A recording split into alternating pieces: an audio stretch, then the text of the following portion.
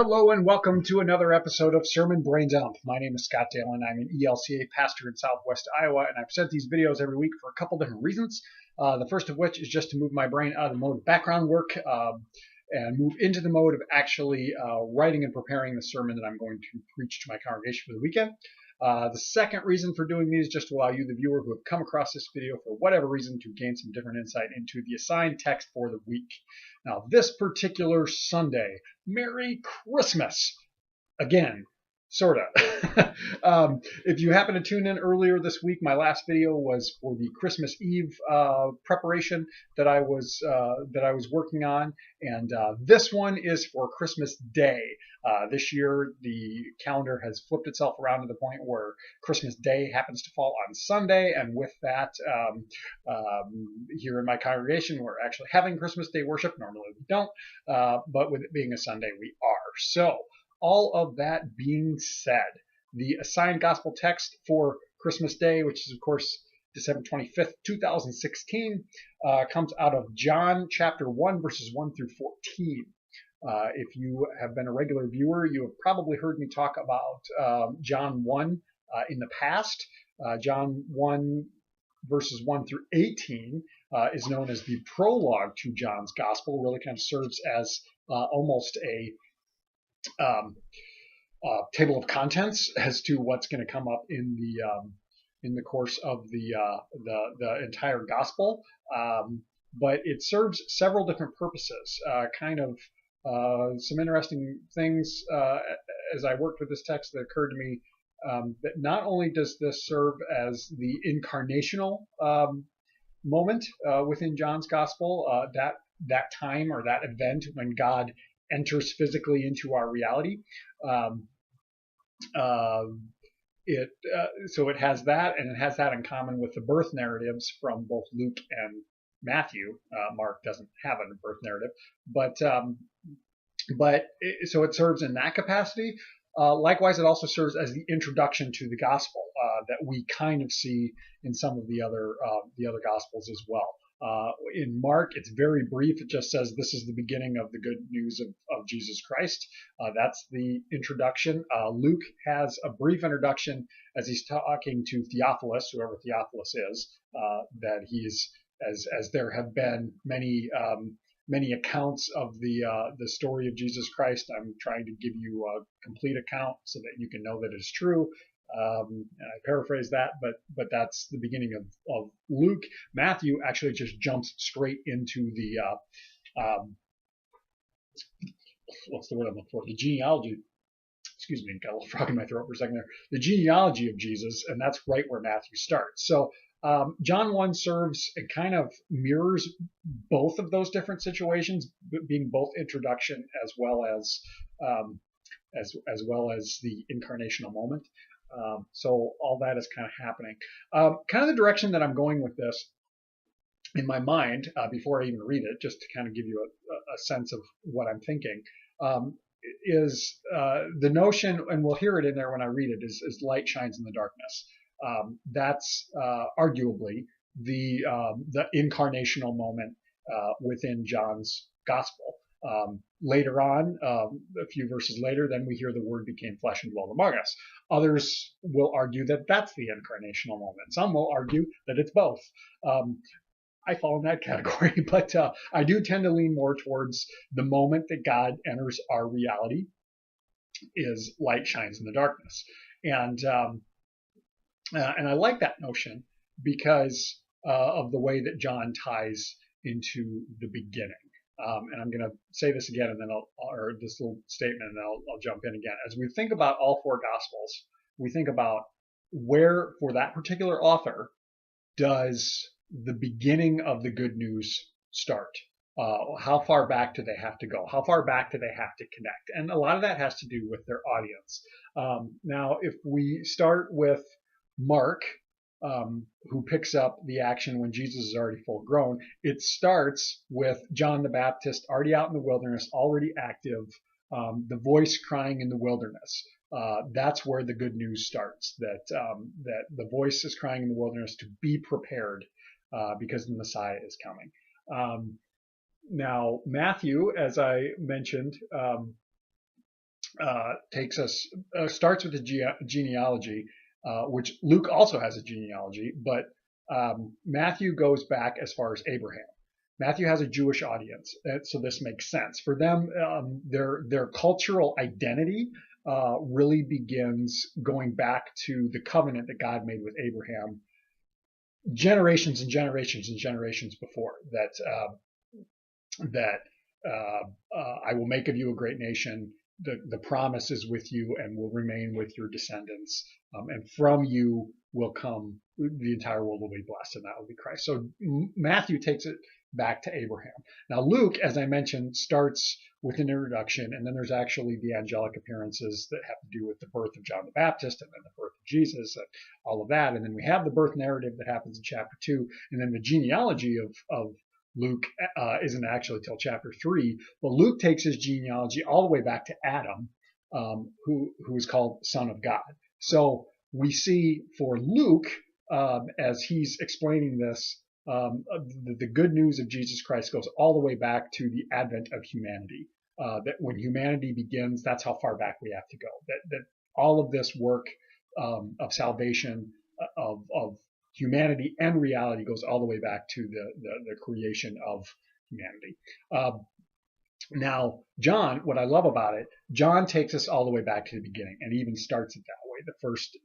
The first phrase is, in the beginning was the Word, and the Word was with God, and the Word was God. But in the beginning, that's how Genesis starts. That's the beginning of the creation of the world. And what I love about this, and as I mentioned before, the light shines in the darkness, that's the incarnation. When light comes in, if we think back to Genesis, the very first statement that God makes in creation is, let there be light, and there was light, and it was good.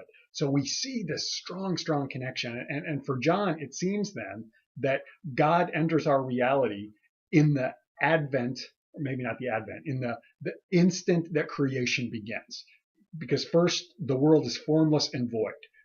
Which sounds like it's this big swirling mass, but I think it's just emptiness. It just isn't. It has no form, so it's not anything, and it's void, which means it's empty. And it's not just empty space, but it's nothingness. The world was nothingness, and then God said, "Let there be light." We'll also hear that everything that came into the world through the Word, because the Word is with God, the Word is God, and all things are created through Him. So that means that light coming into the darkness, which is Christ, is God, active part of creation, the first aspect of creation. So for that, the good news of Christ, the good news of the salvation, the work that God is doing in our reality began with creation. I've talked for 8 minutes introducing this whole thing. That's how excited I get about this whole deal. So with that all being said, let's jump into it.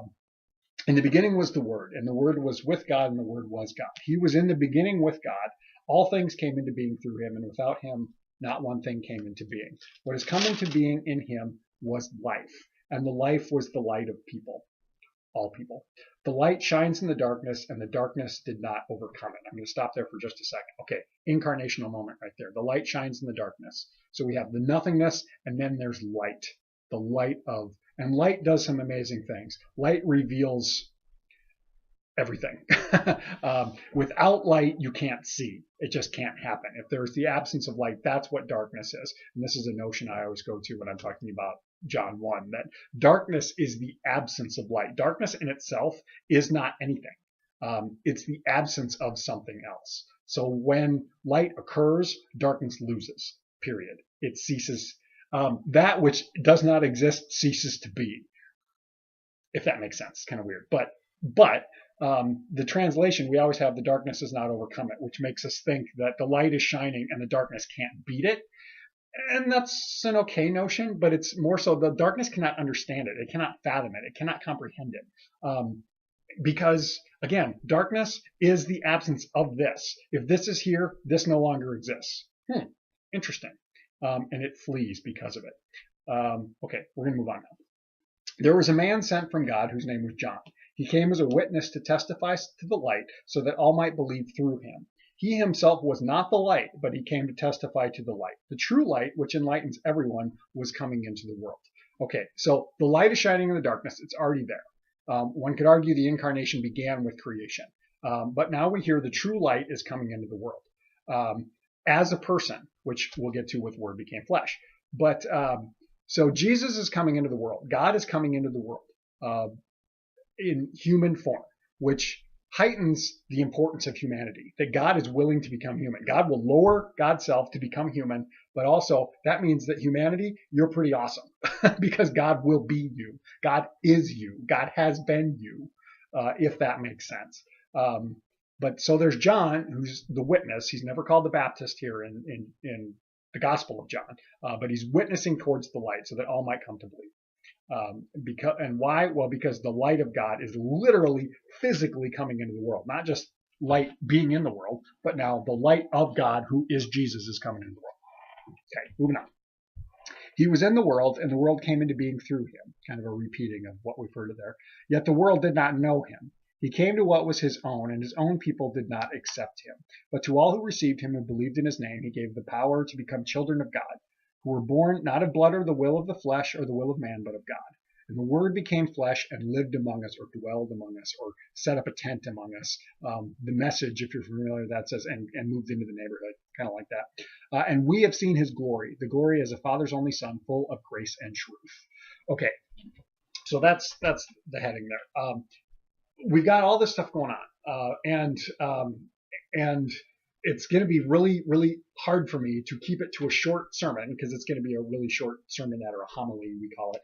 So a shorter than normal sermon with everything happening here. But for me, this notion of where does the gospel writer begin? It seems to be a theme for me. Now, in the church year, we begin with Advent. The new church year starts with Advent, which was 4 weeks ago. As we are waiting in preparation for the coming Messiah, that's the notion. And then we have Christmas when the Messiah comes into the world, and then that goes on for a couple of weeks, and we have Epiphany as he begins to be revealed to the world. And then we go through Epiphany for a while, and then we'll get to Lent, and then we get to Easter and Holy Week, and then Pentecost, and then we go through the season of Pentecost. That's the overarching calendar. So the church year begins with waiting. But what I love is this notion here that at Christmas, when Jesus enters the world physically, it's the beginning of something new. But for John, just as for Matthew and Luke, not so much Mark, but for those three, and particularly with John, this story goes all the way back to the beginning of time, to the beginning of existence as we know it. The light was already, and we are just at. I'm kind of losing my train of thought there, so I've still got some pondering to do with this. But that's the notion that I'm drawn to. That Christmas marks a new beginning, but this new beginning is connected all the way back throughout the entirety of the history of our reality. And I find that pretty fascinating. So if you have thoughts, questions, comments, by all means, share those down in the comment section. I hope you have a blessed Christmas, a wonderful Christmas Eve, a wonderful Christmas day, a wonderful Christmas season, and we will catch you next time. God bless.